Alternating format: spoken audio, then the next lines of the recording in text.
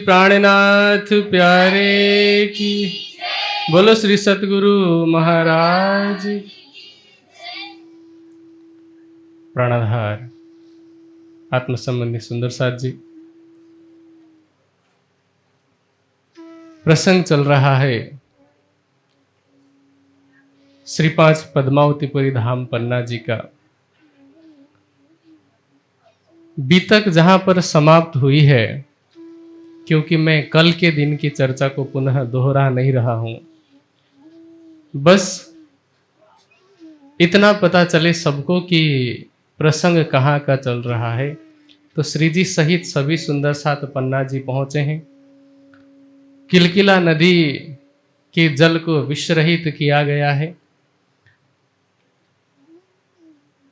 पन्ना जी को देख करके श्री जी ने यह विचार किया है कि यही वह स्थान है जिसे अपना ठिकाना बनाना था, अपना डेरा बनाना था, और फिर वहां से महाराजा छत्रसाल जी की सेवा प्रारंभ हो जाती है कि कैसे चोपड़ा जी की हवेली में पधराते हैं, वहां कैसे पावड़ा बिछाया जाता है और किस प्रकार रानी की इच्छा भी श्री जी पूरी करते हैं, महाराजा छत्रसाल जी की इच्छा भी पूरी करते हैं। छत्रसाल जी कहते हैं कि एही टीका एही पावड़ो एही निछावर आए, श्री प्राणनाथ के चरण पर छत्ता बलि बलि जाए। और अंतिम में हमने कल चौपाई सुनी थी कि श्री बाई जी को जोड़े राज के बैठाए कर स्नेह, कहनी में न आवही लगू जुगल सुनेह। बाईजीराज जी को श्री जी के पास सिंहासन में बैठने के लिए महाराजा छत्रसाल जी आग्रह करते हैं।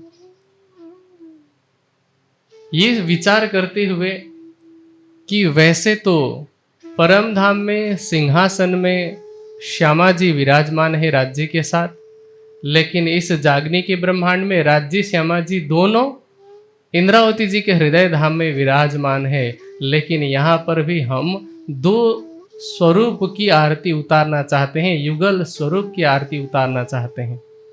और एकत्व की दृष्टि से, वहदत की दृष्टि से श्यामा जी और ब्रह्म सृष्टि में कोई अंतर नहीं है। तो इसलिए अब बाईजीराज जी को श्यामा जी के स्थान पर पधराया जाता है और वहां पर महाराजा छत्रसाल जी आरती करते हैं। और आरती के बाद क्या कहते हैं, साथ समस्त के बीच में युगल धनी बैठाए, कही तुम साक्षात अक्षरातीत हो, हम चिन्हा तुम्हें बनाए। कि हमने आपके स्वरूप की पहचान कर ली है, आप साक्षात अक्षरातीत हैं। और यदि कोई आपको अक्षरातीत नहीं मानता है, कोई आपको भक्त समझता है, कोई आपको कवि समझता है, क्योंकि वाणी के बारे में बहुत सारे हमारे ही समाज के प्रचारक हैं, प्रवक्ता हैं, तथाकथित स्वयंभू विद्वान हैं। वो ये कहते हैं कि ये तो प्राणनाथ जी ने कविता लिखी, मध्य काल के बहुत बड़े संत हैं और 18,758 चौपाइयों की कविता लिखी है।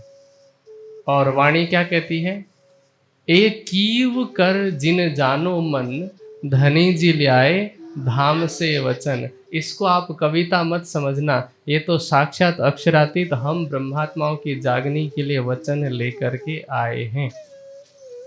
तो जब ये कविता नहीं तो श्री जी कवि कैसे हुए? ये अलग बात है कि जो बिल्कुल नए लोग हैं उन्हें समझाने के लिए ये कहा जा सकता है कि मध्यकाल में अथवा मुगल काल में काव्य की शैली में यह ब्रह्मवाणी अवतरित हुई है, लेकिन इसे हम अन्य कवियों की तरह कविता की श्रेणी में, काव्य की, महाकाव्य की श्रेणी में नहीं रख सकते और जी को कवि की श्रेणी में भी नहीं रख सकते। फिर कुछ लोग कहते हैं कि मुगल काल के बहुत बड़े संत थे। अब संतों की गणना में यदि बात की जाए तो मुगल काल में कुछ संत हुए, जैसे संत कबीर हुए, दादू हुए, ठीक है। उसके बाद अपने अपने समय में संत रविदास जी हुए, नानक जी हुए, ये सभी संत परंपरा के हैं। तुलसीदास जी या सूरदास जी को भी हम संत कवि कह सकते हैं, लेकिन क्या प्राणनाथ जी को हम कवि कहेंगे या संत कहेंगे? एक तरफ हम कहते हैं कि महाराजा छत्रसाल जी ने आरती उतारी तो कहा पूर्ण ब्रह्म ब्रह्म से न्यारे, वो पूर्ण ब्रह्म है। और सभी कथावाचक, सभी प्रवक्ता जब चर्चा से पहले प्रार्थना करते हैं तो कहते हैं श्री प्राणनाथ निज मूलपति। प्राणनाथ जी कौन है? हमारी आत्मा के पति हैं, हमारी आत्मा के प्रियतम हैं। फिर वो संत कवि या सिद्ध पुरुष, महापुरुष कैसे हो सकते हैं? मिहिर राज जी के लिए कहा जा सकता है कि मध्यकाल में संत हुए, लेकिन प्राणनाथ का तात्पर्य मिहिर राज नहीं है। वेद में एक मंत्र आता है कि प्राणाय नमो यस्य सर्वम इदम वशे यो भूतः सर्वस्येश्वरो यस्मिन् सर्वम प्रतिष्ठितम।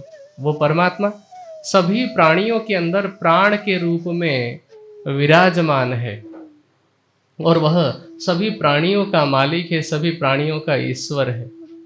आनंद सागर ग्रंथ में बहुत सुंदर ये बात बताई गई कि प्राण रूपा प्रिया सर्वा तासाम नाथो अक्षरात् परः तेनासौ ही नामना प्राणनाथो ख्यातः प्रियस्वरः।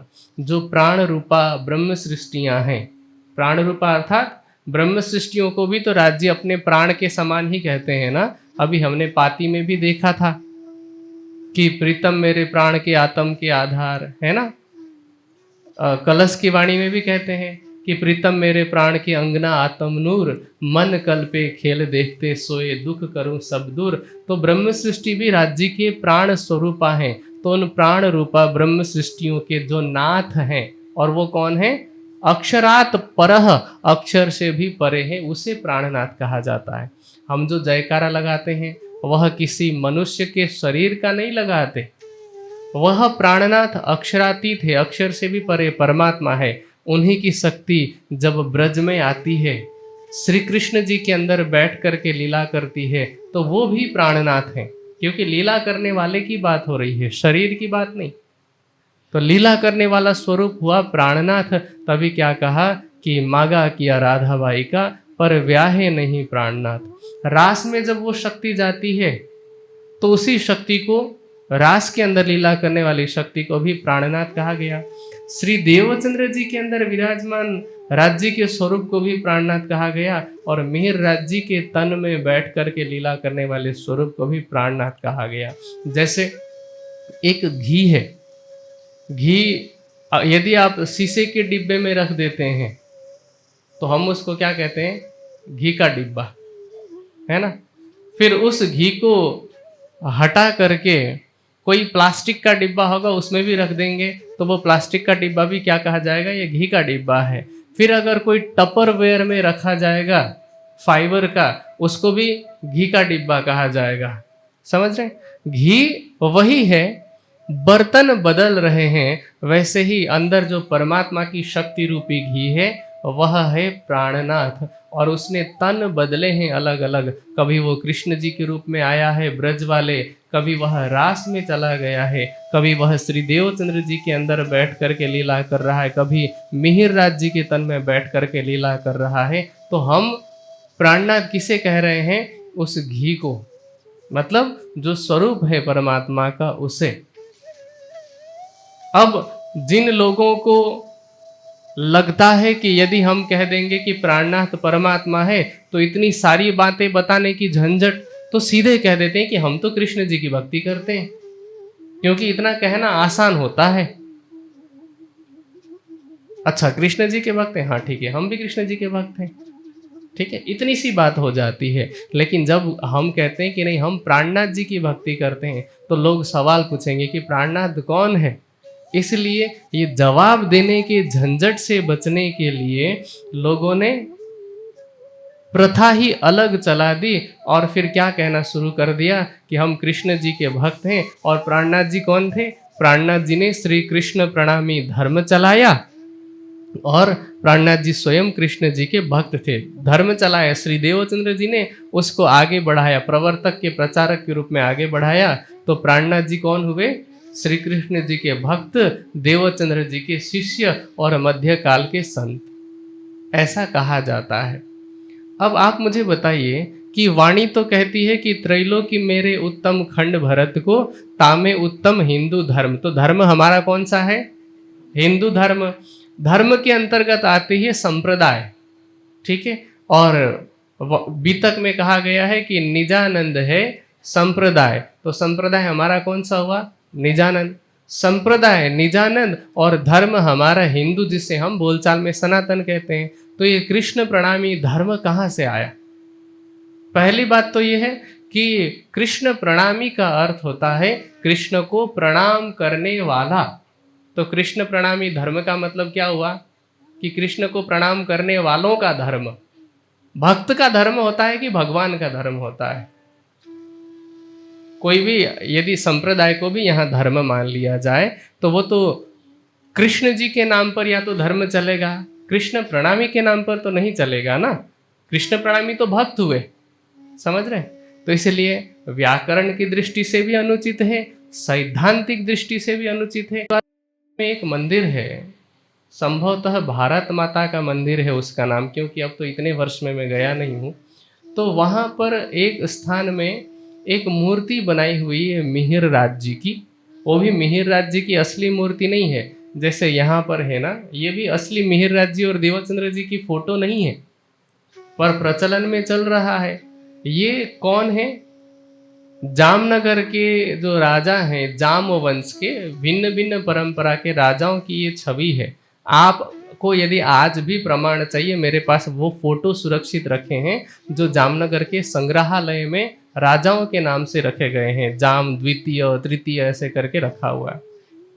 तो अब ऐसी मिहिर राज जी के नाम पर प्रचलित फोटो की मूर्ति बनाई गई है और उसमें लिखा हुआ है कि स्वामी श्री प्राणनाथ जी, और नीचे परिचय में लिखा है कि श्री कृष्ण प्रणामी धर्म के प्रचारक, मध्यकाल के संत कवि, जिन्होंने कुलजम स्वरूप नामक ग्रंथ लिखा, ऐसे करके लिखा हुआ था। अब हो सकता है आज कुछ परिवर्तन किया हो या क्या वैसा है मुझे नहीं पता, लेकिन 2008 में ऐसी अवस्था थी। तो सोचिए आज हमारी कैसी विडंबना है कि एक तरफ तो समाज में जैसे कबीर जी हुए, कोई भी कबीरपंथी व्यक्ति अगर कबीर जी की शान को, कबीर जी की महिमा को घटाने की कोशिश करेगा तो कबीर पंथ का कोई व्यक्ति स्वीकार नहीं करेगा। ईसा मसीह के महिमा को घटाने की कोशिश करने पर सारा ईसाई समाज एकजुट हो जाएगा और विरोध करेगा। मोहम्मद साहब को यदि कोई कुछ भी कह देता है तो कट्टर मुसलमान क्या कहते हैं कि सर तन से जुदा, सर तन से जुदा, ऐसा नारा लगाया जाता है। पर आप इसी तरह से चाहे गुरु गोविंद सिंह जी का नाम ले लीजिए, चाहे गुरु ग्रंथ साहब का नाम ले लीजिए, चाहे 10 गुरुओं में से किसी भी गुरु का नाम लीजिए, पर कोई भी सिख व्यक्ति, भले ही हो सकता है कि आपस में कोई वैमनस्यता हो, लेकिन अपने गुरुओं के नाम पर सब एक हो जाएंगे। लेकिन हमारे समाज की यह विडंबना है कि श्री प्राणनाथ जी की छवि को ऊपर उठाने की जगह पर और सामान्य से सामान्य की श्रेणी में खड़ा किया जाता है। ये तो संत हैं, कवि हैं। वाणी क्या कहती है? रेहू नाही सिद्ध साध संतरी भगत, नाहू वैष्णव अपरस आचार, जात कुटुंब कुल नीच ना ऊंच, नाहू वर्ण 18। मैं तो 18 वर्णों से अलग हूँ। मैं जितने वर्ण हैं सबसे ऊपर, जितने जातियां हैं सबसे अलग हूँ। मैं संत भी नहीं हूँ, भक्त भी नहीं हूँ, साधु भी नहीं हूँ, सिद्ध भी नहीं हूँ, कवि भी नहीं हूँ, और मैं कौन हूँ? सबसे अलग, सबसे परे। ये श्री जी ने अपनी पहचान दी है। अब वही पहचान महाराजा छत्रसाल जी ने की और उन्होंने स्पष्ट कहा कि श्री ठकुरानी जी साथ संग ले पधारे मेरे घर, धनी बिना तुम्हें कोई और देखे, सो नहीं मिसल मातवर।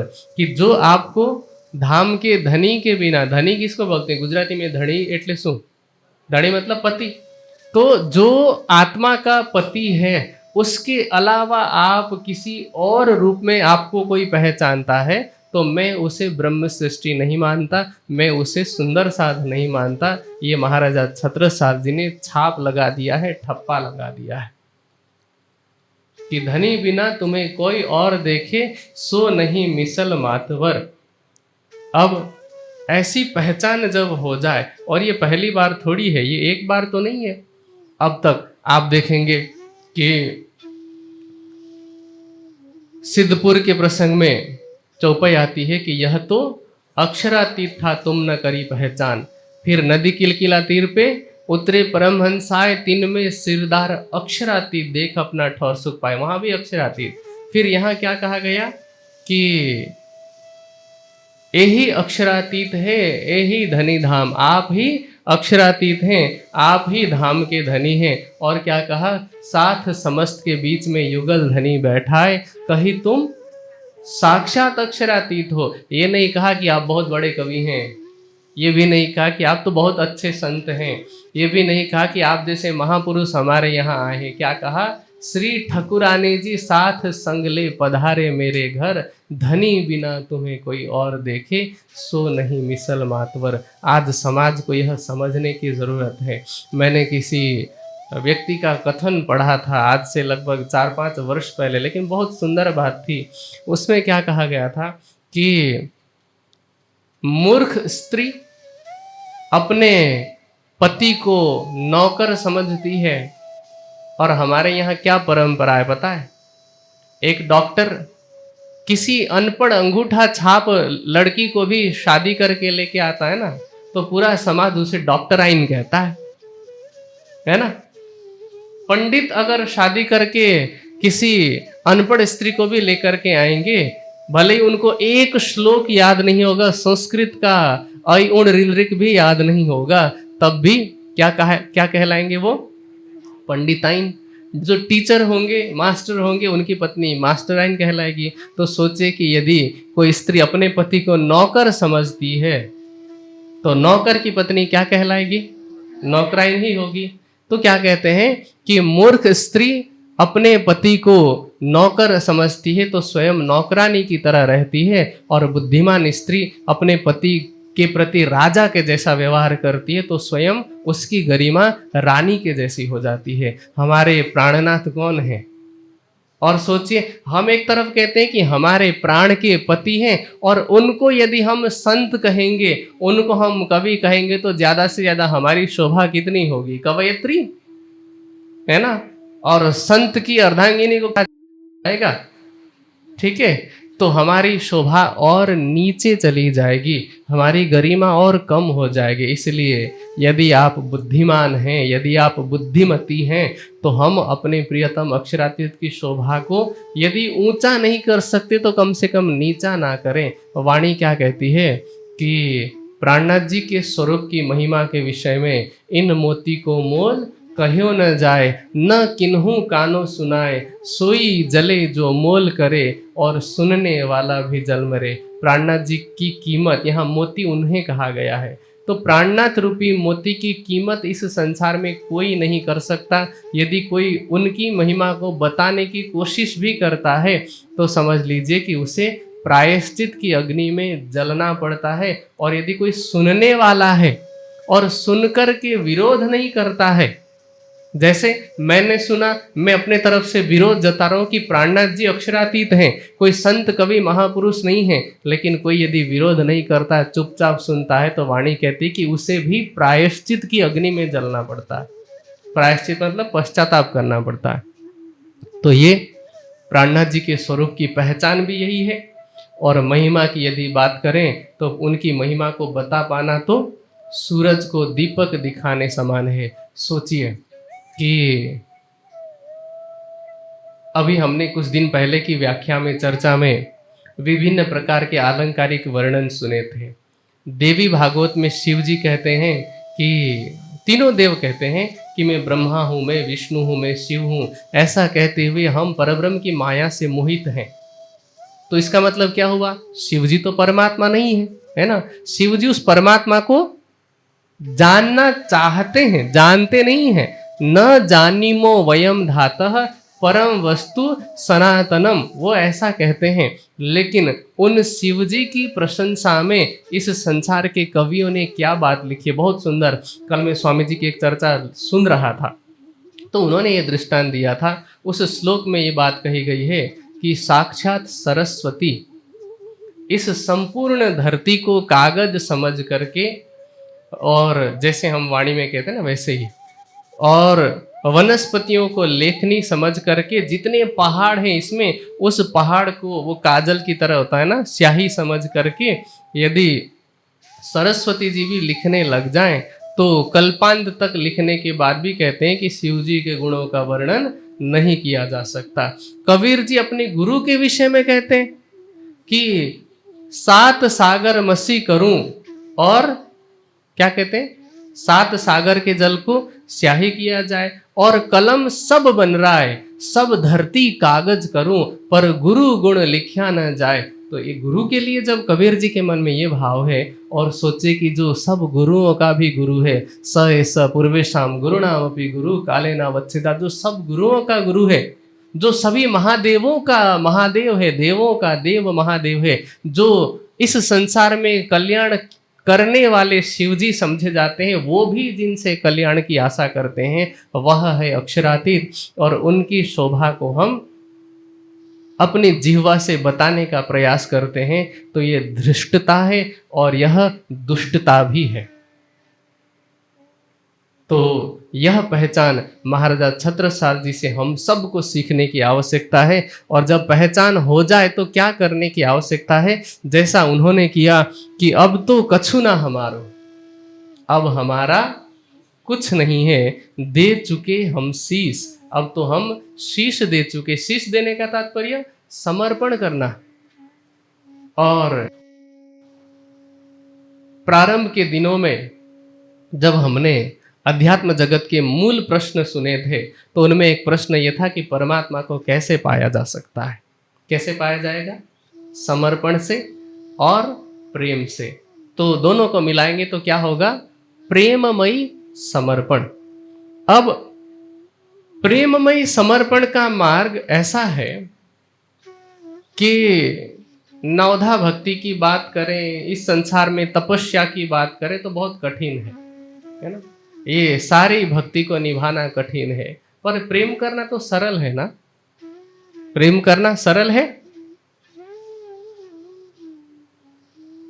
यदि आप सरल है बोलेंगे तो भी फंसेंगे, मना करेंगे तो भी फंसेंगे, ठीक है? तो प्रेममयी समर्पण करना ऐसा है कि सबसे सस्ता है। सबसे सस्ती भक्ति की यदि बात करें तो वो है प्रेममयी समर्पण की भक्ति।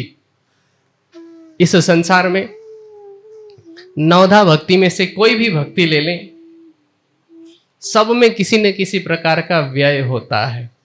आप यहाँ पर चर्चा सुनने के लिए आए हैं ना, तो चर्चा सुनने के लिए भी यहाँ तक आना पड़ा है, यात्रा करनी पड़ी है। भले ही यहाँ आकर के आपको निःशुल्क में राज्य की कृपा से ज्ञान मिल रहा है, पर यहाँ बैठने के लिए, यहाँ तक पहुँचने के लिए आप अपने अपने वाहन से कुछ कुछ ईंधन वगैरह लेकर के लगा करके आए हैं। फिर हम माइक वगैरह का खर्च हुआ है, कैमरे का खर्च हुआ है, पंखा चल रहा है, बिजली का बिल आने वाला है ना? मैं आपसे मांग नहीं रहा हूँ, उदाहरण दे रहा हूँ। तो अब इसमें खर्चा है। आप सेवा पूजा करते हैं, सेवा पूजा में भी खर्च है कि नहीं है?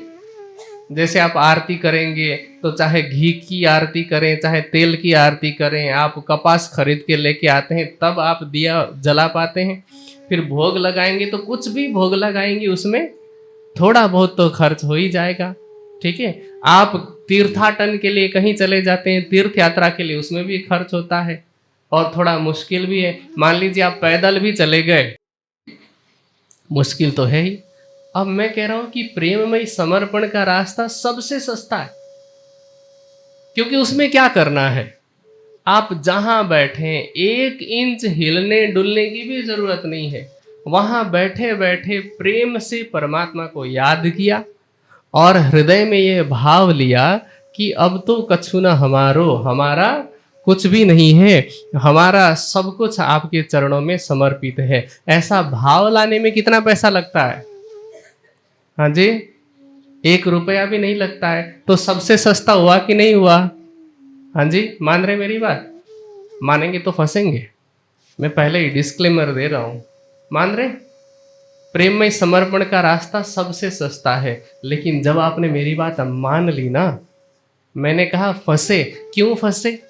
क्योंकि जब आपने समर्पण किया तो क्या कह रहे हैं? आपा रहियो ना आप बस। और पहले चरण में कहते हैं अब तो कछु ना हमारो, आपका तो कुछ बचा ही नहीं। तो जो आपका पहले अपना था वो सब किसका हो गया? राज्य का, है ना? तो अब आप हो गए कंगाल।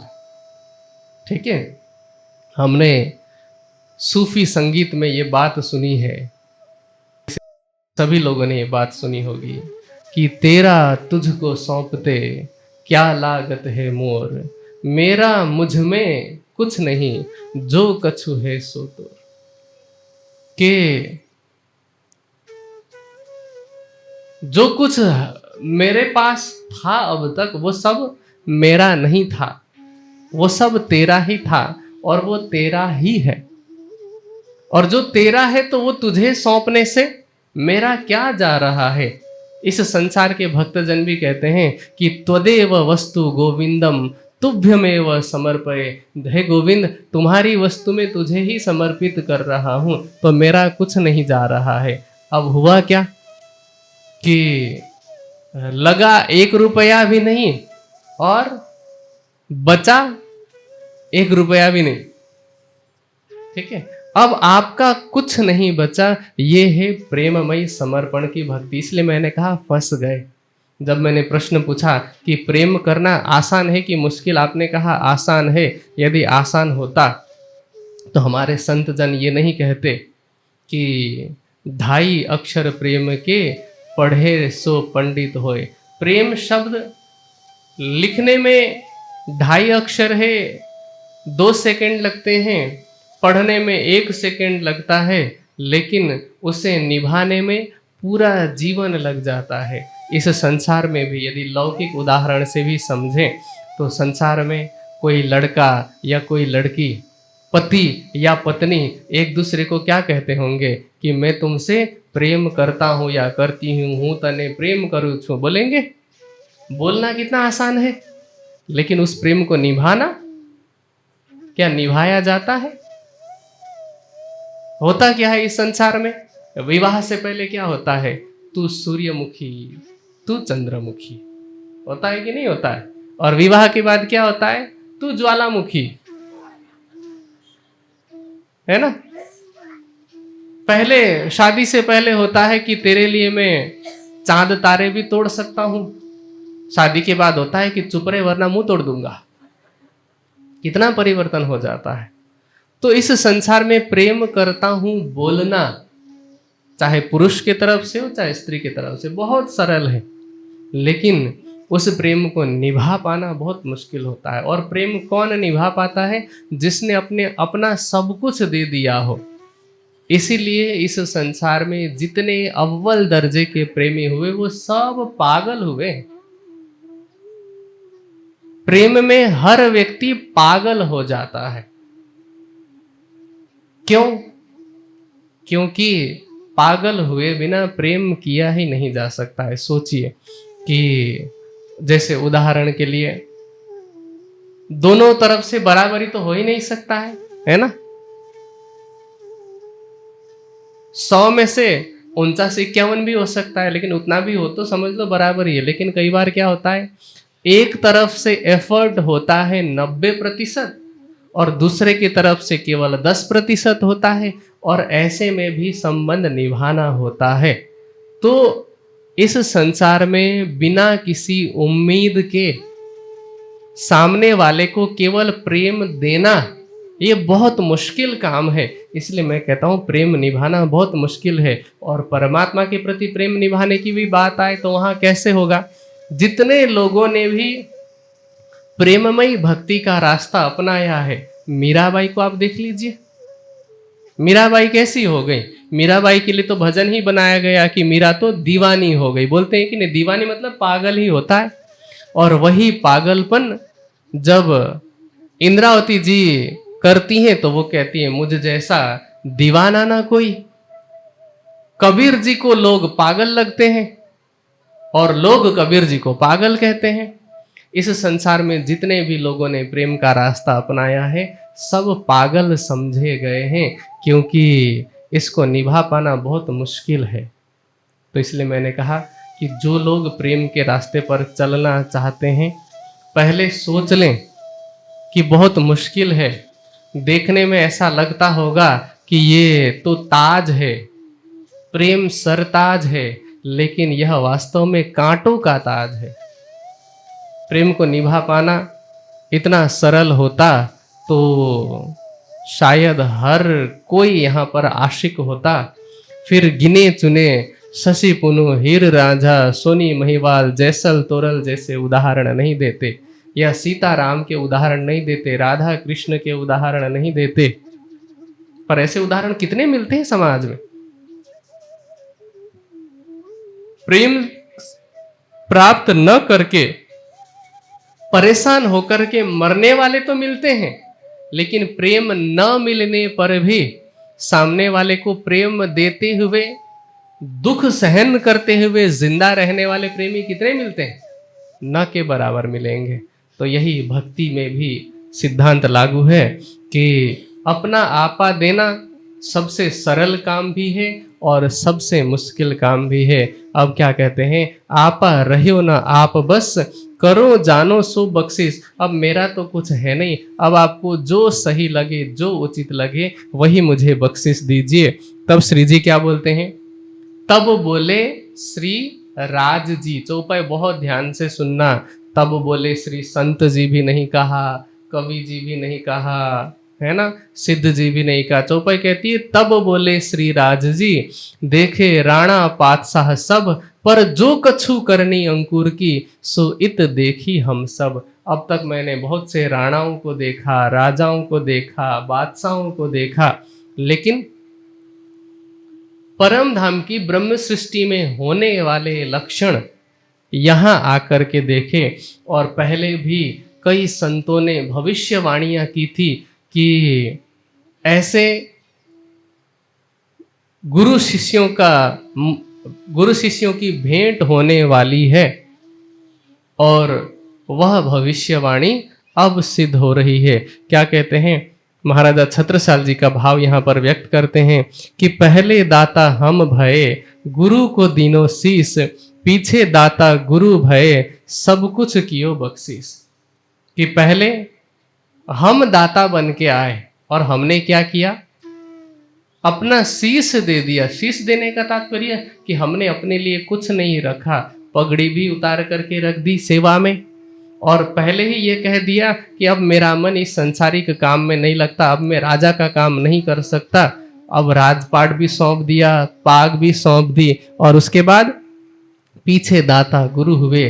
गुरु बन के, मार्गदर्शक बन के, सदगुरु के रूप में जो श्री जी आए हैं, उन्होंने बाद में क्या किया, सब कुछ बख्शिश दे दी। सब कुछ का मतलब आत्मा के लिए सब कुछ कौन है, राज्य। तो राज्य को देने वाले इस संसार में है सतगुरु। हम क्या कहते हैं, सतगुरु संग करतार। तो सतगुरु के सानिध्य में राज्य की प्राप्ति हुई, और उन्हीं के विषय में नानक जी ने भविष्यवाणी कर रखी थी कि बीतेगा 39, दगेगा 40, तब कोई होशी मरद, मरद का चेला, नानक गुरु दिखावे साईं, सच सच दी बेला। कि जब 1739 का समय बीतेगा और 40वां साल प्रारंभ हो रहा होगा, तब कोई मर्द, यहां मर्द का मतलब ऐसा नहीं कि पुरुष, पुल्लिंग या स्त्रीलिंग की बात हो रही है। मर्द का मतलब पौरुष वाले, वीरता वाले। तो यहां एक अक्षरातीत है जिनको मर्द कहा गया है, और उनकी ब्रह्मात्माओं को भी मर्द कहा गया है। ठीक है, यहाँ शरीर के भाव से नहीं, जैसे झांसी की रानी के लिए शब्द प्रयोग होता है, खूब लड़ी मर्दानी वह तो झांसी वाली रानी थी। अब मर्दानी शब्द स्त्रीलिंग का नहीं है, मर्द का स्त्रीलिंग शब्द औरत होता है ना। लेकिन झांसी की रानी को उनकी वीरता के कारण यह संज्ञा दी गई, यह शोभा दी गई। अब यहाँ महाराजा छत्रसाल जी, एक तो परमधाम की ब्रह्म सृष्टियों को मर्दों की जमात कहा गया है, क्योंकि सबसे बड़ी वीरता वही कर सकते हैं। क्योंकि वीरता का मतलब क्या? संसार से उल्टा चलने की हिम्मत कौन कर सकता है? सब कुछ होते हुए संसारिक रूप में एक ऊंची पद है, अपनी गरिमा है, और उस गरिमा को किसी के चरणों में सौंपने की हिम्मत कौन कर सकता है?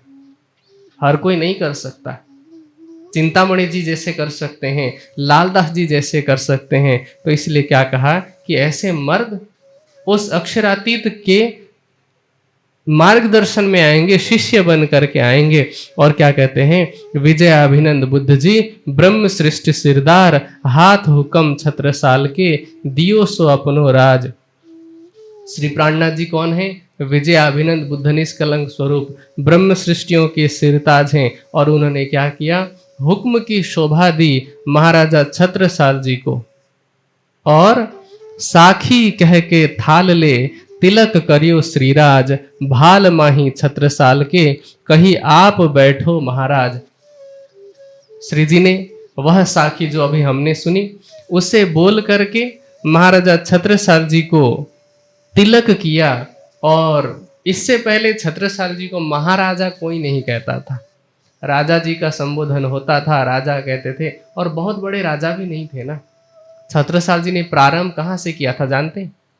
आज, क्योंकि आज हमने सबने तैयारी भी कर दी है, कल स्वतंत्रता दिवस भी है, तो मैं थोड़ा सा छत्रसाल जी के राज्य प्रबंधन की ओर भी लेके जाना चाहता हूँ। क्योंकि अभी तो केवल श्री जी और छत्रसाल जी के विषय में ही हम बात कर रहे हैं। भारतवर्ष में जितने राजा हुए, अपने अपने समय पर देश को स्वतंत्र कराने के लिए, क्योंकि अभी तो मुगलों के चंगुल में है, धर्म की रक्षा करने के लिए जो अलग अलग स्थानों पर अलग अलग राजा आए, उनमें जैसा स्थान दक्षिण भारत में छत्रपति शिवाजी का है, जैसा स्थान पंजाब की तरफ गुरु गोविंद सिंह जी का है, उसी प्रकार का स्थान बुंदेलखंड में महाराजा छत्रसाल जी का भी है। और मैंने बात प्रारंभ की थी कि छत्रसाल जी ने कहाँ से अपनी सेना की शुरुआत की थी। छत्रसाल जी के पास 25 सैनिकों की टुकड़ी थी। सबसे पहले जब उन्होंने युद्ध किया था उसमें 25 सैनिक थे, जिसमें 5 घुड़सवार थे और 20 पदाती सैनिक, मतलब पैदल चलने वाले सैनिक थे। और वो भी ऐसे नहीं कि उनके पूर्वज बड़े सैनिक रहे हों, कोई कुम्हार है, कोई धोबी है, कोई आदिवासी है, ऐसे ऐसे लोगों को इकट्ठा करके छत्रसाल जी ने अपनी सेना तैयार की थी। 12 वर्ष का होते होते तो उनके माता पिता तो बचपन में ही औरंगजेब की सैनिकों के छल से मृत्यु को प्राप्त हो गए थे। 12 वर्ष का होते होते वो लगभग पूरी तरह से अकेले थे। और उसके बाद लगभग अगले 12 वर्षों तक महाराजा छत्रसाल जी ने जो परिश्रम किया, जो परेशानियां झेली, सोचे कि औरंगजेब की फौज भगाती रहती है, खोजती रहती है, अपनी सगी बहन के पास जाते हैं तो सगी बहन भी, क्योंकि अब शादी हो चुकी है, शादी होने के बाद बहन भी बदल जाती है, क्योंकि उसको क्या लगता है कि मेरा पति है, और कुछ समय के बाद में बच्चे हो जाते हैं, फिर अब उसके लिए तो वही परिवार है। तो बहन को क्या लगने लगा था कि अगर मैं छत्रसाल को संरक्षण दे दूं तो क्या होगा कि औरंगजेब की फौज ढूंढते ढूंढते यहाँ तक भी आएगी, फिर मेरे पति पर आंच आ सकती है, मेरे बच्चों पर आंच आ सकती है। ऐसा सोच करके सगी बहन ने भी संरक्षण देने से, आश्रय देने से इनकार कर दिया। तो कैसे कैसे करते, बचते बचाते, अलग अलग लोगों के वहाँ जाते हुए उन्होंने युद्ध कला की शिक्षा ली।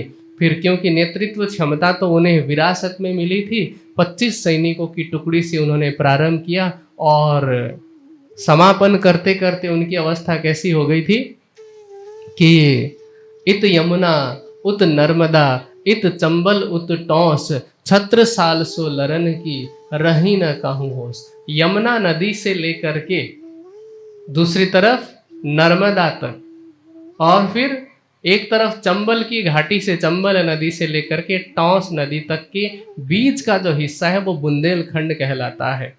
आज का मध्य प्रदेश, छत्तीसगढ़ का भी कुछ भूभाग आता है संभवतः, राजस्थान का, क्योंकि राजस्थान में भी चंबल का एरिया पड़ता है, क्षेत्र पड़ता है, और फिर उत्तर प्रदेश के ललितपुर जैसे कुछ जिले हैं, झांसी वगैरह, तो ये सब बुंदेलखंड के अंतर्गत आता है। और उस संपूर्ण भूभाग के राजा हैं महाराजा छत्रसाल जी।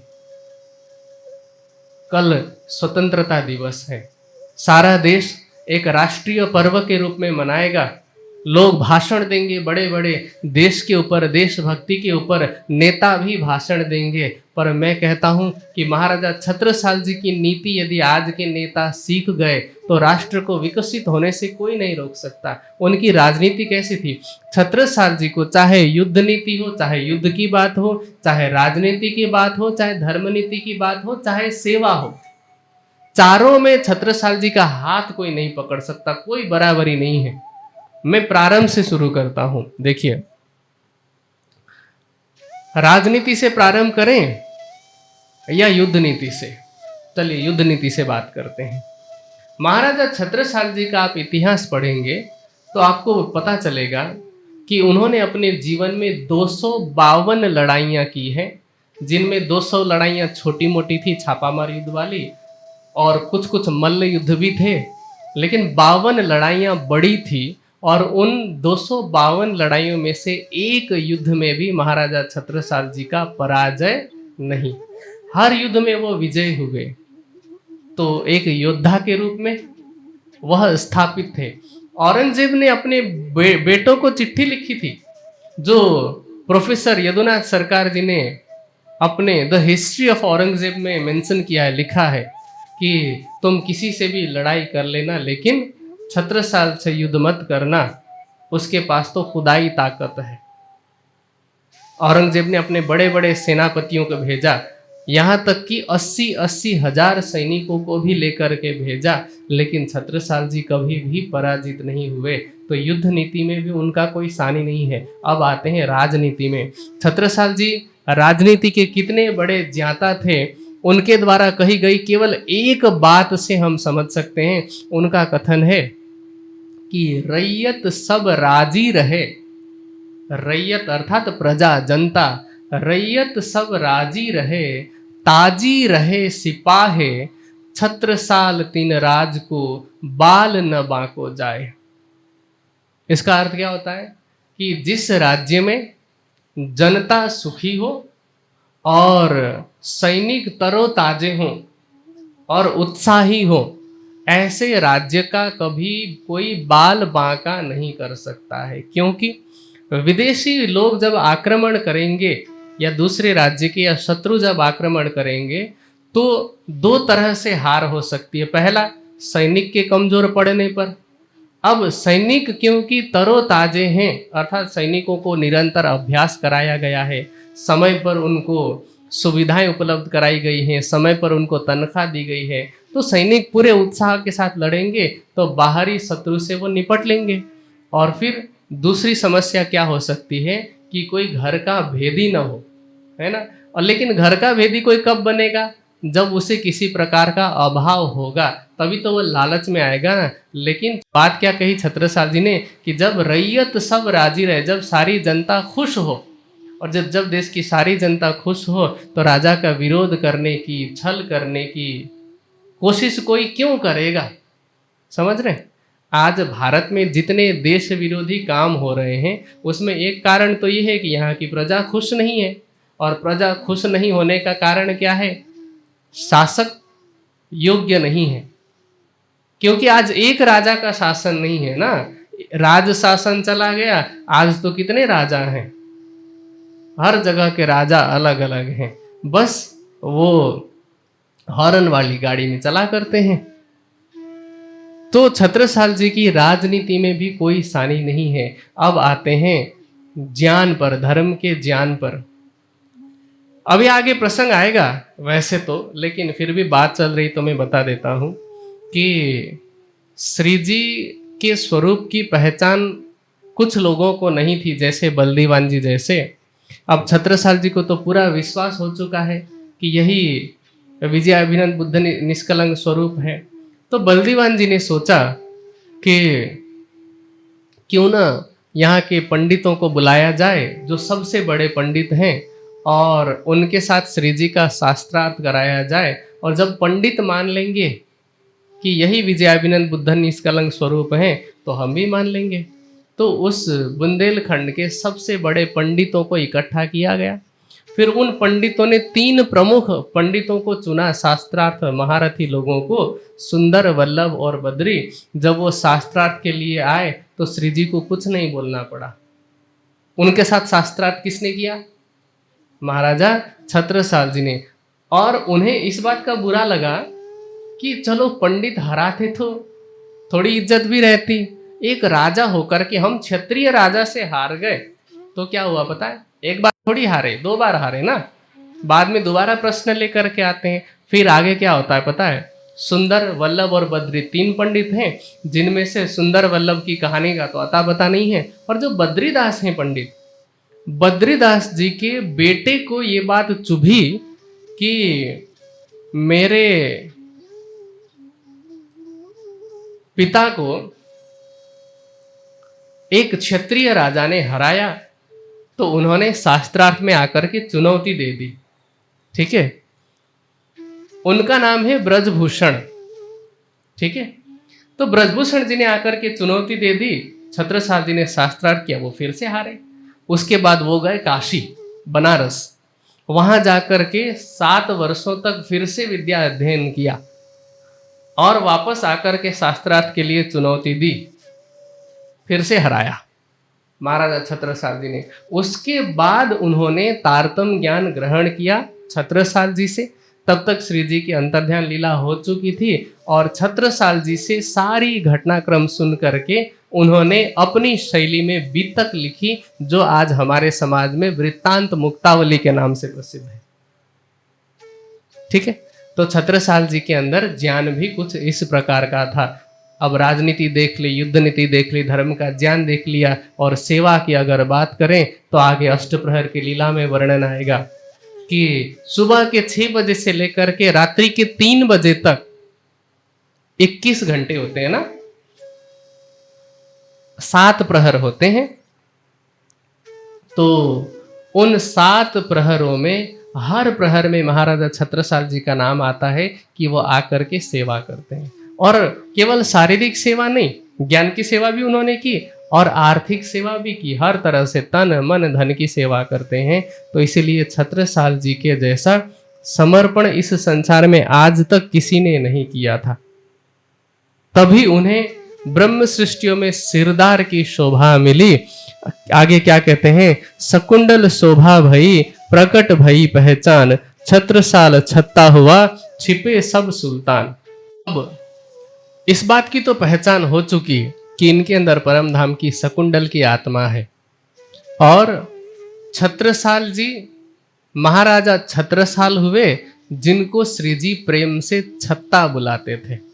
कहीं भी बुलाना हो तो छत्ता को बुलाओ, कोई भी सेवा हो तो छत्ता को बुलाओ। इस प्रकार छत्रसाल छत्ता हुआ कहया सुंदरबाई जोए। सुंदरबाई अर्थात श्यामा जी, श्री देवचंद्र जी ने पहले सकुंडल और सकुमार को ढूंढने की बात की थी, जिनमें से अब सकुंडल की भेंट हो चुकी है, जिन्हें छत्ता कह करके श्री जी बुलाते हैं।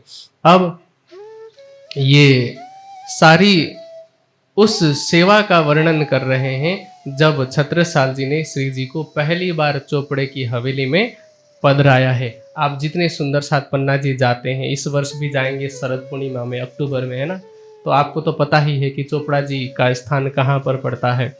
तो अब उसके बाद आरती इत्यादि करने के बाद श्री जी को सब मेवा मिठाई पकवान इत्यादि भोग लगवाया।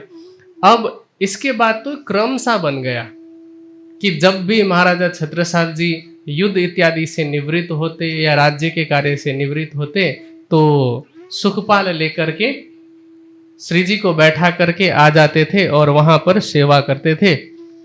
तो एक बार क्या किया, श्री जी की सेवा में उनको लगा, छत्रसाल जी को, कि परम धाम में राज्य का मूल स्वरूप जैसी शोभा लिए हुए है, जैसा श्रृंगार है, वैसा यहाँ पर हूबहू कर पाना तो संभव नहीं है, लेकिन क्यों ना प्रयास किया जाए। तो छत्रसाल जी ने अपने सारे आभूषण, जितने राजसी आभूषण हैं, वो पहनाए श्री जी को, और फिर महारानी जी ने अपने वस्त्र, अपने आभूषण पहनाए बाईजीराज जी को। ऐसे कितनी ही सेवा उन्होंने की, तन मन धन सो कियो सब न्योछावर, हाथ जोड़ ठाड़े भय सिफत भई सब पर। सब कुछ न्योछावर करके फिर हाथ जोड़ करके खड़े रहते हैं पूरी विनम्रता के साथ में, और इसी विनम्रता के कारण, इसी समर्पण के कारण उनकी शोभा सर्वोपरि रही। अब आगे क्या कहते हैं कि देखा देखी महाराज के लाया जो ईमान, बस बसा छाती पर करता था शैतान। छत्रसाल जी की देखा देखी, हाँ जी कहने वाले होते हैं ना, राजाओं के वहां पर बहुत सारे लोग ऐसे होते हैं। अब कईयों को डर भी लगता है कि यदि हम मना करेंगे तो राजा को बुरा न लग जाए, तो ऐसे कुछ लोग थे जो देखा देखी छत्रसाल जी की देखा देखी श्री जी को प्रणाम भी करते थे, सम्मान भी दिखाते थे, लेकिन अंदर से अभी वो भाव नहीं आया था।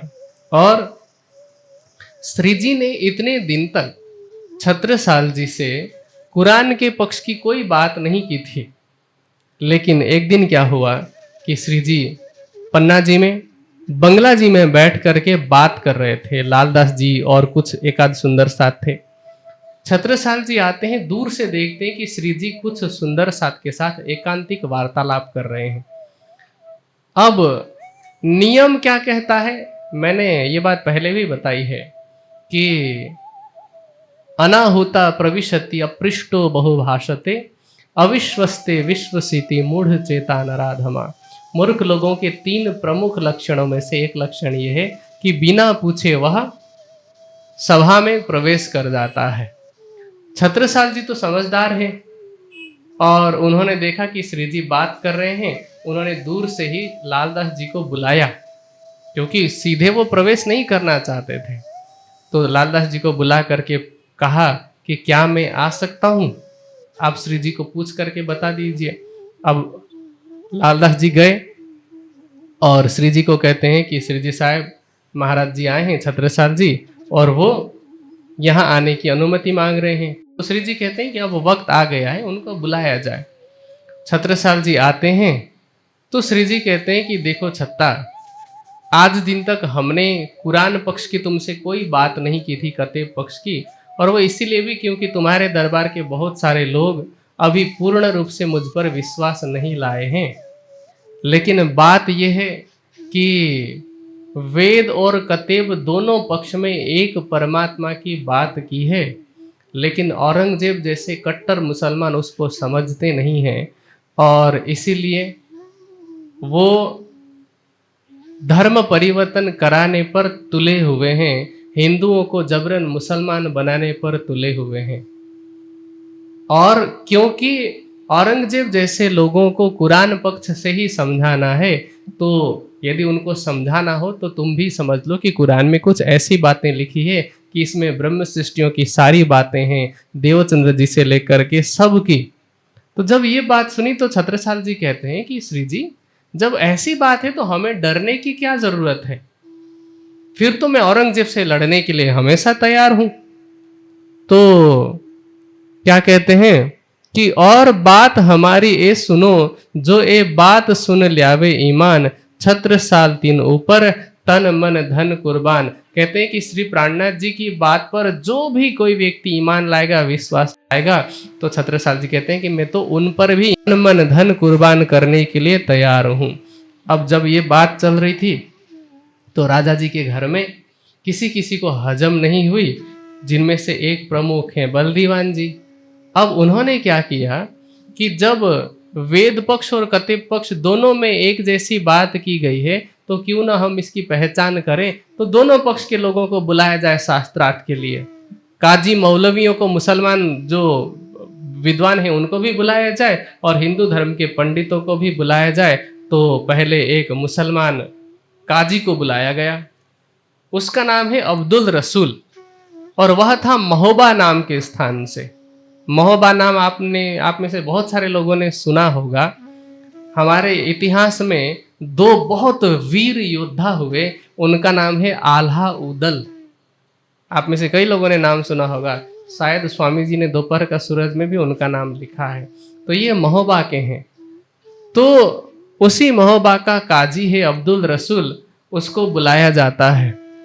तो अब उससे बात करने के लिए लालदास जी आगे आते हैं। लालदास जी कहते हैं कि मुझे ना कुरान से कोई कुछ सवाल पूछने हैं, क्या आप उसका जवाब देंगे? अब काजी है, अपने घमंड में, ज्ञान के घमंड में चूर, वो कहता है कि मेरे आगे कुरान के बारे में कोई मेरा हाथ नहीं थाम सकता है, कोई मुझे नहीं हरा सकता है, कोई मार न सके दम। और तुम तो कुरान की बातें पूछ रहे हो, और वो भी तुम कैसे हो? उमी होए पूछा। तो उमी मतलब अनपढ़, अज्ञानी। मुझे कुरान की सारी टीका याद है, कुरान तमाम तफसीर मुझको रहे याद। मुझे तो कुरान की सारी टीका भी याद है, और इस क्षेत्र के सारे लोग मुझसे ही पढ़ करके बड़े बड़े पदों पर पहुंचे हैं। तो लालदास जी कहते हैं कि तिस वास्ते तुमको डरत है, हम तो डरते हुए तुमसे पूछ रहे हैं। हम सवाल पूछत हैं, तिनका देव जवाब। अब हम जो सवाल पूछेंगे तुम उनका जवाब दो। अब सवाल पूछा गया लालदास जी के द्वारा। लालदास जी कहते हैं कि आप बताओ कि कुरान में कितने तरह की पैदाइश लिखी है? पैदाइश मतलब सृष्टि कितने तरह की लिखी है? तो काजी ने कहा कि देखो, हम कुरान पढ़ते हुए बूढ़े हुए, देखिए ज्ञान का अहंकार कितना होता है। कहता है कि हम कुरान पढ़ते हुए बूढ़े हुए, और हमारे जो बाल हैं वो ऐसे धूप में सफेद नहीं हुए हैं, और हमारा दिल भी साफ है। तो कुरान और मेरी बात पर यदि दो राय हो, अर्थात विरोधाभास हो, तो हम अभी तुम्हारे सामने हार मान नहीं आया। जबकि कुरान के तिलकर रसूल नाम के सिपारे में ये बात लिखी गई। 5 तरह की पैदाइश कौन सी है? एक कहते हैं कुन्न से, दूसरी कहते हैं एक हाथ से, फिर है 2 हाथ से, फिर है खिलकत, और एक है इब्तदाई, मूल इब्तदाई। अब इसे हमारे हिंदू धर्म ग्रंथों में कैसे बताया गया है? कुन का अर्थ होता है हो जा, कुन फाह कुन, ऐसे आपने गाना सुना होगा, है ना? तो ये सूफी मत में कुरान की ही बातें आई है। कुन का अर्थ होता है हो जा। हो जा मतलब संकल्प लेना हुआ ना। और हमारा हिंदू धर्म ग्रंथ क्या कहता है कि नारायण ने संकल्प लिया, एको अहम बहुश्याम, कि मैं एक हूं, बहुत हो जाऊं। तो वो हो जा वाला संकल्प है ना। तो उस संकल्प से बनने वाली जो सृष्टि है उसे हम क्या कहते हैं? जीव सृष्टि। ठीक है। अब खिलकत का अर्थ होता है पड़ोसी, और इब्तदाई मतलब प्रारंभ से, अनादिकाल से। तो अनादिकाल से जो सृष्टि है वो है ब्रह्म सृष्टि, क्योंकि हमारी शोभा अक्षरातीत की शोभा से जुड़ी हुई है, और परमात्मा तो अनादि है। तो इसलिए उसकी आह्लादिनी शक्ति और उनकी अंगरूपा जो ब्रह्म सृष्टियां हैं वो इब्तदाई अर्थात अनादिकाल से, तो वो ब्रह्म सृष्टि हुई। खिलकत अर्थात पड़ोसी, तो ब्रह्म सृष्टियों के पड़ोस में निकटतम जो सृष्टि है वो ईश्वर सृष्टि। तो 3 सृष्टि हो गए, जीव, ईश्वरी और ब्रह्म सृष्टि। फिर यहाँ एक हाथ से और 2 हाथ से कहा गया है कि जो है श्री देवचंद्र जी को और श्री जी साहेब को कहा गया है। तो ये 5 तरह की पैदाइश यहाँ पर लिखी, जिसके बारे में अब्दुल रसूल को पता ही नहीं। अब जब इतना ही नहीं पता कि 5 तरह की पैदाइश कौन कौन सी है, फिर लालदास जी ने एक और फंदा डाल दिया गांठ बांधने के लिए। कहते हैं कि अच्छा आप ये बताओ कि इन 5 में से तुम कौन सी पैदाइश से हो। अब जब अर्थ ही नहीं पता तो वो कैसे बताते? कभी कहते हैं कि नहीं मैं कुन से हूं, फिर कहते हैं नहीं मैं कुन से नहीं हूं, मैं खिलकत से हूं। ऐसे वो बात बदलते रहते हैं। अब जवाब नहीं आया तो बलदीवान जी को क्या लगा?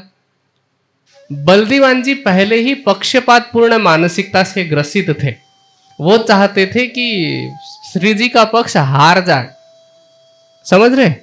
तो इसलिए अब जब उनका पक्ष था पंडितों का और काजियों का वो श्री जी के विपक्ष में मान करके चले थे। तो जैसे ही वो मौलवी दोहरी बात करने लगा तो बलदीवान जी को गुस्सा आया और कहते हैं कि ये मियाँ, तुम क्या कह रहे हो?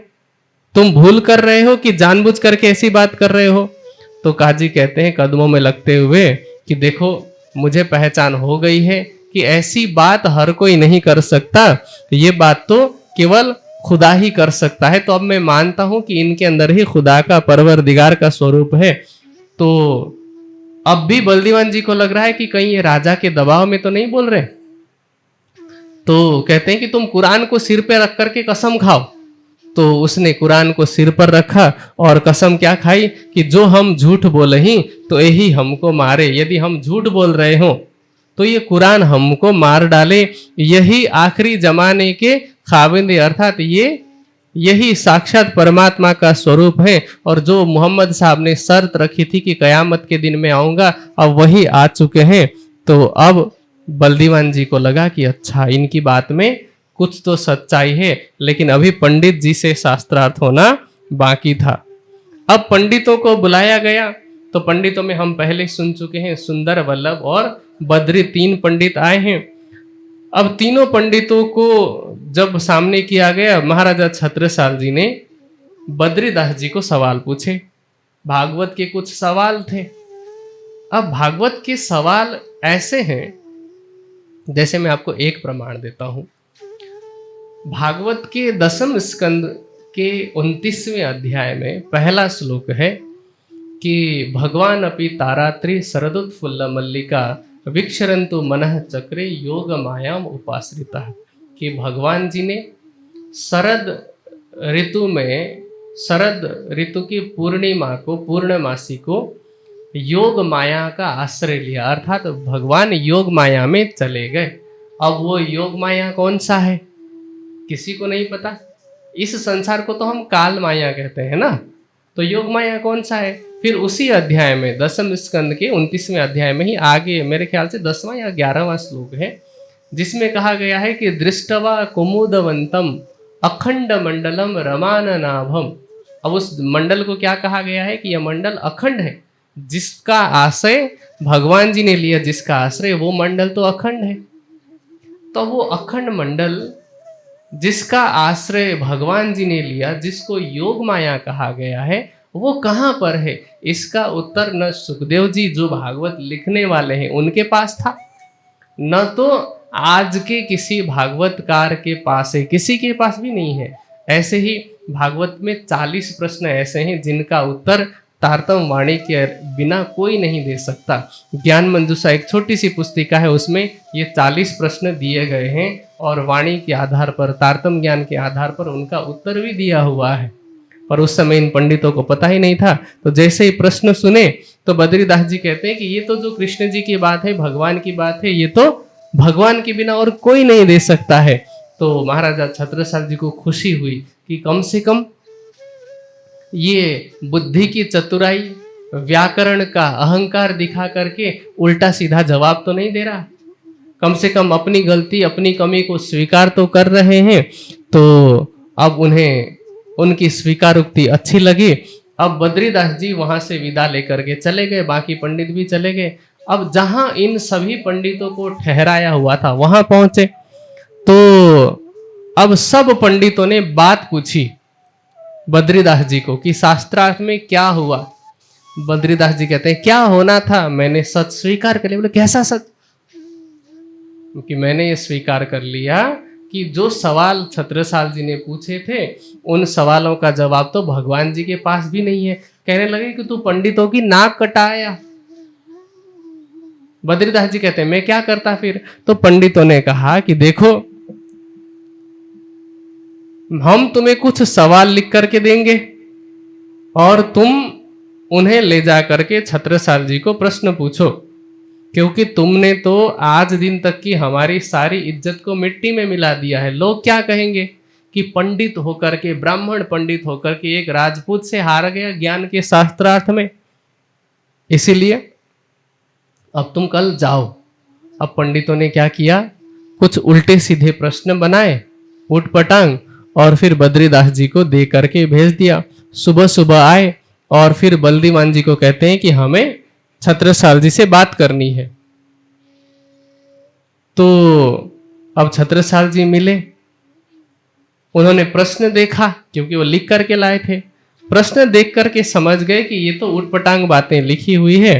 तो छत्रसाल जी ने पूछा कि रात की बात कहाँ गई?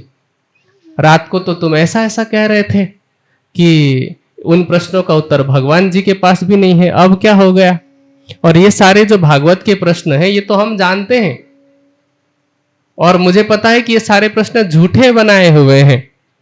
तो अब क्या हुआ कि बद्रीदास ने बात स्वीकार कर ली कि मुझे तो पंडितों ने भेजा था जबरदस्ती। तो छत्रसाल जी को बहुत गुस्सा आया और क्या कहते हैं, तब उस महाराज को चढ़ी बड़ी रीस, कही बुंदेला इन्हें गुरु ना करे, कोई न नवावे शीस। कि ऐसे पंडितों को कोई भी बुंदेला गुरु मान करके उनके आगे शीस न झुकाए, क्योंकि एक तो ज्ञान नहीं है और अपनी कमी को भी स्वीकार नहीं कर सकते। और उस समय ये प्रचलन था कि जब भी कोई शुभ अवसर आता था तो बुंदेलखंड में उन पंडितों से सिर पर एक पट्टी बंधवाई जाती थी कपड़े की, पाग की तरह, सम्मान जताने के लिए।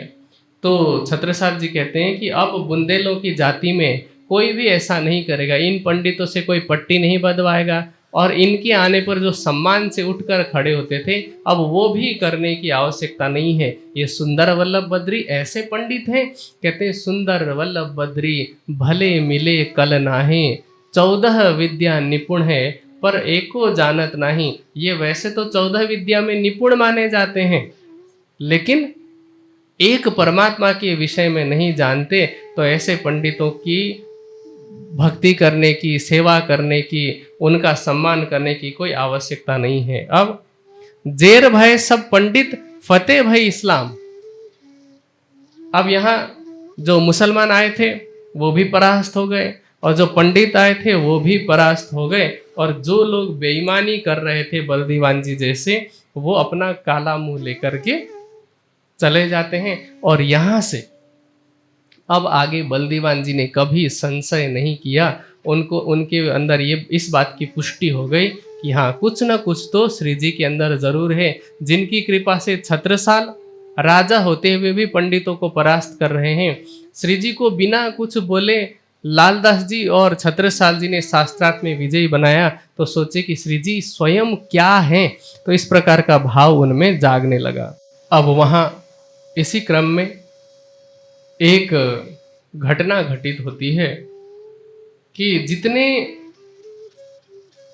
लोग थे छत्रसाल जी की सेना में या फिर उनके मंत्रिमंडल आदि में, उनके मन में एक बात घर करती है कि देखो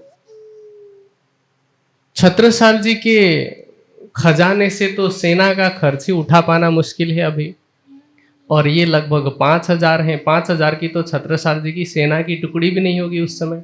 तो राजा की तरफ से कोई धन नहीं जा रहा है, तो कहाँ से धन आ रहा है? जरूर इनके पास कोई रसायन है, लोहे से सोना बनाने वाली, जिससे कि इनका खर्च चलता है। अब ये बात छत्रसाल जी के अलावा सब कोई सोचने लग गए थे, और अभी तो 3 वर्ष हो चुके हैं श्री जी को पन्ना जी में पहुंचे हुए। अब 3 वर्ष के बाद छत्रसाल जी ने एक दिन श्री जी को पूछ लिया कि श्री जी, सबके मन में ये बात घर कर रही है कि खर्च कहाँ से चल रहा है, क्योंकि मेरे तरफ से तो कोई आर्थिक सेवा नहीं हो पा रही है। तो श्री जी कहते हैं कि मेरता के सुंदर साथ हैं जो अब तक सेवा कर रहे हैं। राजाराम झांझन भाई जैसे व्यवसायी लोग हैं, व्यापारी हैं। अब छत्रसाल जी को बहुत दुख हुआ। दुख होने का कारण ये था कि मुझे इतनी शोभा दे दी और वो शोभा लेकर के मैं बैठ गया, मुंह से बड़ी बड़ी बातें की, लेकिन मेरे यहाँ श्री जी के होते हुए सेवा कोई और कर रहा है, तो मेरे लिए शर्म की बात है ना। अब छत्रसाल जी को इतना दुख हुआ कि उनका मन ही नहीं माना।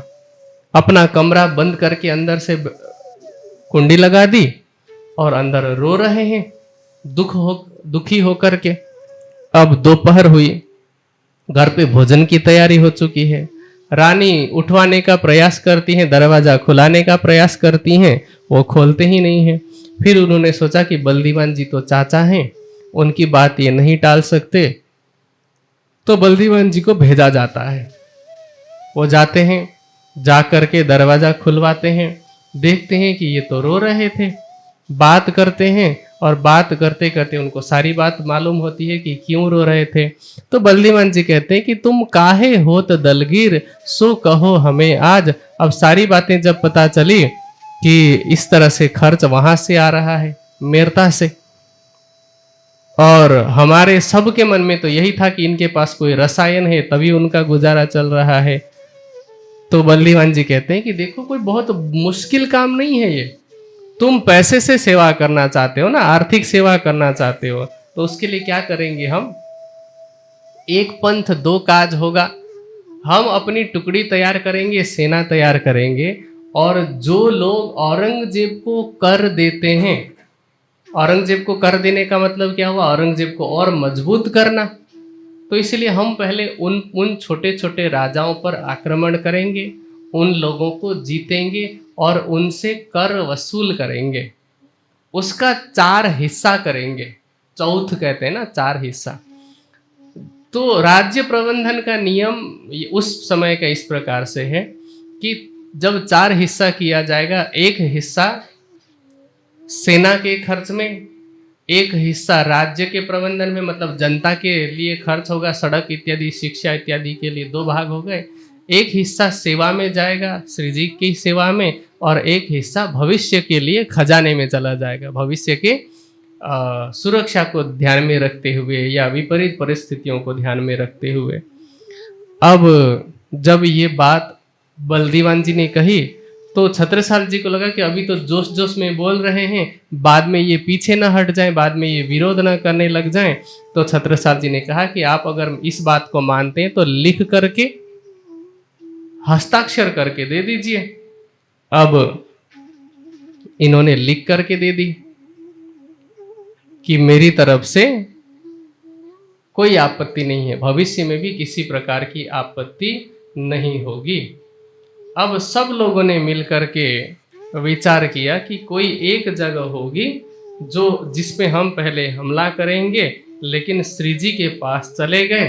श्री जी के पास जाकर के विनती करते हैं कि श्री जी, हमने ऐसी ऐसी योजना बनाई, हमारे मन में सेवा का भाव है। अब यहाँ एक ऐसा प्रसंग जो निजानंद संप्रदाय के इतिहास में बताया जाता है, भले ही श्री लालदास जी के वितक में यह प्रसंग नहीं है, पर अन्य कई वक्ताओं के माध्यम से और जो श्रुति परंपरा में बात चली आ रही है मौखिक रूप से भी, तो एक प्रसंग आता है इसमें कि जब छत्रसाल जी ने अपना दुख व्यक्त किया श्री जी के सामने, तो श्री जी क्या कहते हैं कि छत्ता, तुम कल सुबह आना, सूर्योदय के समय, सूर्योदय से पहले ही आ जाना, अपना घोड़ा लेकर के। अब छत्रसाल जी श्री जी की आज्ञा का पालन करते हुए घोड़ा लेकर के आते हैं। तो श्री जी ने कहा कि अब शाम के सूर्यास्त होने तक तुम जितने स्थान तक घोड़ा दौड़ा सकते हो, उन सब जगहों पर घोड़ा दौड़ा करके शाम को सूर्यास्त से पहले मेरे पास आ जाना। अब छत्रसाल जी ने ऐसा ही किया, दिन भर घोड़ा दौड़ाते रहे, और अब वो मन ही मन सोच तो रहे होंगे कि क्या कारण होगा, लेकिन पूछा भी नहीं। श्री जी के स्वरूप पर विश्वास उनको। अब शाम को जब वापस आए, श्री जी को प्रणाम किया घोड़े से उतर करके, तो श्री जी ने क्या कहा कि छत्ता तेरे राज में धक धक धरती होए, जित जित घोड़ा पग धरे तित तित हीरा होए।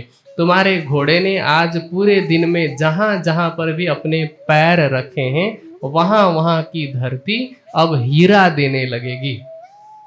आपको पता है आज भी पन्ना जी में हीरे की खदान है, लोग हीरा निकालने जाते हैं, पर श्री जी ने साथ में ये भी शर्त रखी कि मेरा आशीर्वाद तब तक फलीभूत होगा जब तक तुम्हारा परिवार, तुम्हारा वंशज एक अक्षरातीत पर विश्वास रखेगा, मुझ पर विश्वास रखेगा और धर्ममय जीवन जिएगा। और जैसे जैसे धर्म से विमुख होता जाएगा तो जो हीरा बाहर बिल्कुल सामान्य रूप में उपलब्ध हो जाता है वो धीरे धीरे अब अंदर की तरफ, जमीन की तरफ जाने लगेगा।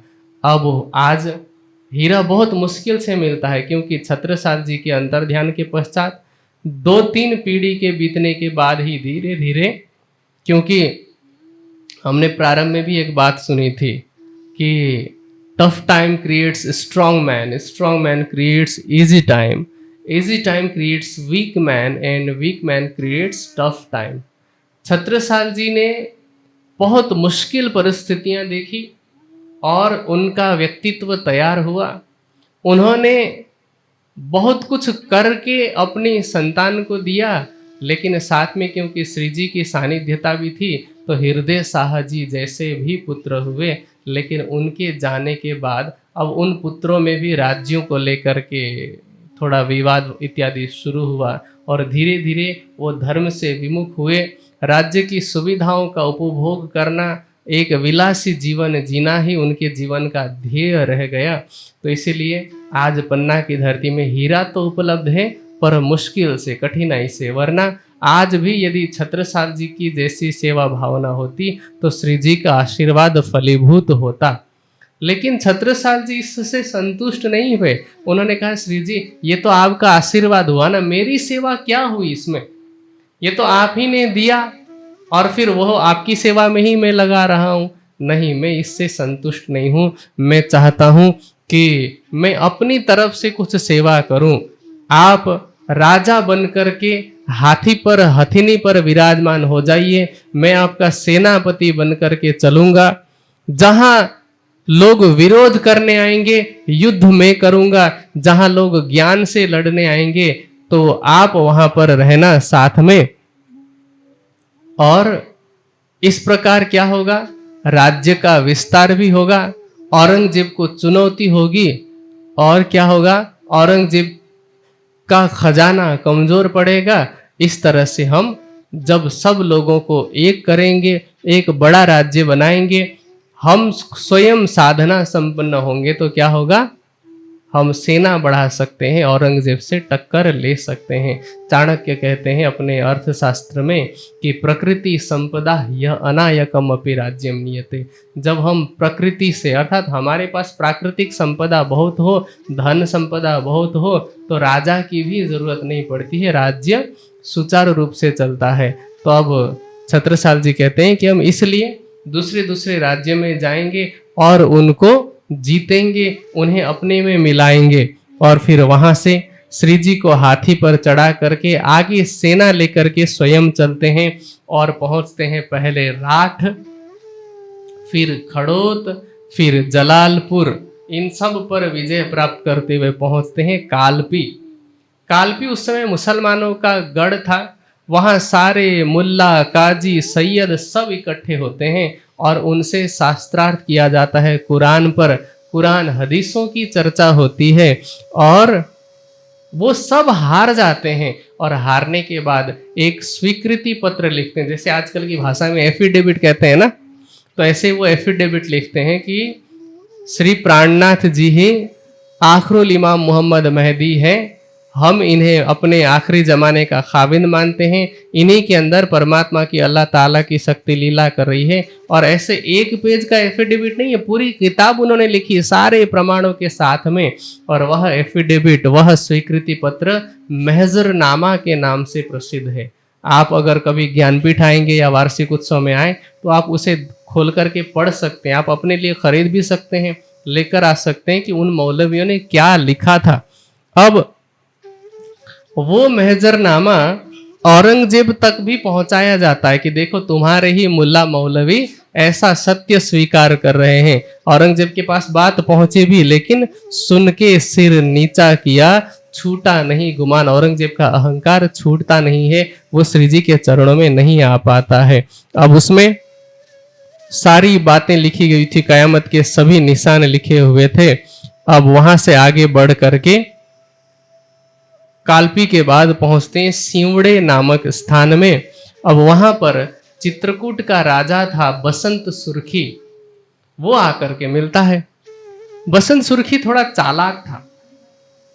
उसने सोचा कि छत्रसाल जी की विजय यात्रा चल रही है और यदि यहां तक भी पहुंचे तो ये चित्रकूट भी उनका हो जाएगा। इससे अच्छा यह है कि हम कुछ कूटनीति अपनाएं। बसंत सुर्खी सिवड़े में आए, आकर के कहते हैं कि देखो, क्या आप ये मानते हैं कि प्राणनाथ जी अक्षरातीत हैं? छत्रसाल जी को पूछ रहे हैं। तो छत्रसाल जी कहते हैं मानना क्या, ये तो अक्षरातीत ही है। फिर सवाल पूछते हैं कि क्या अक्षरातीत अर्थात परमात्मा की सेवा करने का अधिकार आपका ही है? तो कहते नहीं, ऐसा तो नहीं है। फिर कहते हैं कि मैं उनकी सेवा क्यों नहीं कर सकता? तो मैं चाहता हूं कि प्राणनाथ जी मेरे राज्य में आए और मैं उनकी सेवा करूं। तो अब छत्रसाल जी तो फंस गए। उनको क्या लगा कि ये तो मेरी सेवा भावना भंग हो जाएगी, मैं इतने वर्षों से सेवा कर रहा हूँ, सेवा का व्रत ही भंग हो जाएगा। तो उन्होंने क्या किया कि श्री जी की सेवा के लिए उन्होंने अपनी रानी को भेज दिया कि तुम अर्धांगिनी हो ना, पति और पत्नी मिलकर के एक पूर्ण अंग बनते हैं। तो छत्रसाल जी का ये भाव है कि यदि मैं प्रत्यक्ष रूप से वहाँ सेवा में शामिल नहीं हूँ, क्योंकि छत्रसाल जी स्वयं चले जाते तो इधर राज्य कौन संभालता, इसीलिए अपनी रानी को भेजा। श्री जी वहां पर 1 वर्ष तक रहे चित्रकूट में और वहां पर कयामत नामा, बड़ा और छोटा कयामत नामा की वाणी अवतरित होती है और छत्रसाल जी को वहां पर शोभा श्री जी ने दी है। उसके बाद अब ये कुछ राज्य तो जीतते जा रहे हैं और इतने में ओरछा का एक राजा था। ओरछा भी उस समय शक्तिशाली राज्य हुआ करता था। वहां के राजा ने छत्रसाल जी का विरोध किया। अब छत्रसाल जी कैसे हैं? उनके पास राज्य की शक्ति है, राज्य की कृपा है, क्योंकि छत्रसाल जी ने सर्वस्व समर्पण किया। अब समर्पण करने के बाद तो परमात्मा देगा ना जो देगा, और वो देगा तो कैसे देगा? वह देत आप माफक। तो अपने अनुरूप जब दिया तो छत्रसाल जी का जिसने विरोध किया सब परास्त हो गए। ओरछा के राजा ने छत्रसाल जी से युद्ध करना चाहा, उसकी मृत्यु हुई। फिर औरंगजेब का एक सेनापति था मिट्ठू पीरजादा नाम का, 5000 सैनिकों को लेकर के वो सोचता है, क्योंकि ये तो छल से लड़ाई करने वाले लोग हैं, तो वो सोचता है कि हम ना पीछे से हमला करेंगे, बुंदेलखंड को ऐसे घेर लेंगे, रातों रात हमला करेंगे, पता भी नहीं चलेगा। और ये 5000 की सेना को रातों रात वहां जंगल में रहने वाले कुछ चमड़ी का काम करने वाले, जिनको बोलचाल में चमार कहा जाता है ना, चमार कोई अपशब्द नहीं है। आज तो संविधान ने ऐसा नियम बना दिया है कि चमार शब्द गाली के रूप में प्रयोग होता है। चमार मतलब चमड़ी का काम करने वाले लोग। अब उन लोगों ने देखा कि ये तो हमारे राज्य में ऐसे लोग घुस रहे हैं और छत्रसाल जी पर मतलब बुंदेलखंड पर हमला करने वाले हैं। तो उन्होंने किस तरह से रातों रात, इनके पास ज्यादा लोग भी नहीं थे, चमड़े का काम करने वाले लोग, एक तरफ 5000 योद्धा, सोचे कैसे मारा होगा। ठीक है, और जिसने जैसा जैसा किया उन सबको वैसी वैसी ही सजा मिली है। तो ये पन्ना की बीतक है। हम कल की चर्चा में सुनेंगे कि मिट्ठू पीरजादे के साथ क्या हुआ, फिर उसके बाद पुरदल खान के साथ, और भी बहुत से सेनापति को लेकर के औरंगजेब भेजता है, अलग अलग बड़ी बड़ी सेना की टुकड़ी को लेकर के, सबसे राज्य रक्षा करते हैं। और फिर आगे ये भी सुनेंगे कि पन्ना जी में छत्रसाल जी की बीतक के अलावा अभी तो सुंदर साथ भी पहुंचे हैं ना, उन 5000 सुंदर साथ के साथ कैसी लीला होती है। उन्होंने जो समर्पण किया, उन्होंने जो त्याग किया, उनका प्रतिफल पन्ना जी में कैसे प्राप्त होता है, वो सारी बीतक सुनेंगे हम कल। अभी के लिए समय पूरा होता है, चौपाई दोहराइए। श्री महामत कहे सुनो साथ जी, यह कीमत की बात, जब आए तुम पर ना मिने, तब की ए विख्यात, तब की ए विख्यात। बोलो श्री प्राणनाथ, बोलो श्री सद्गुरु महाराज।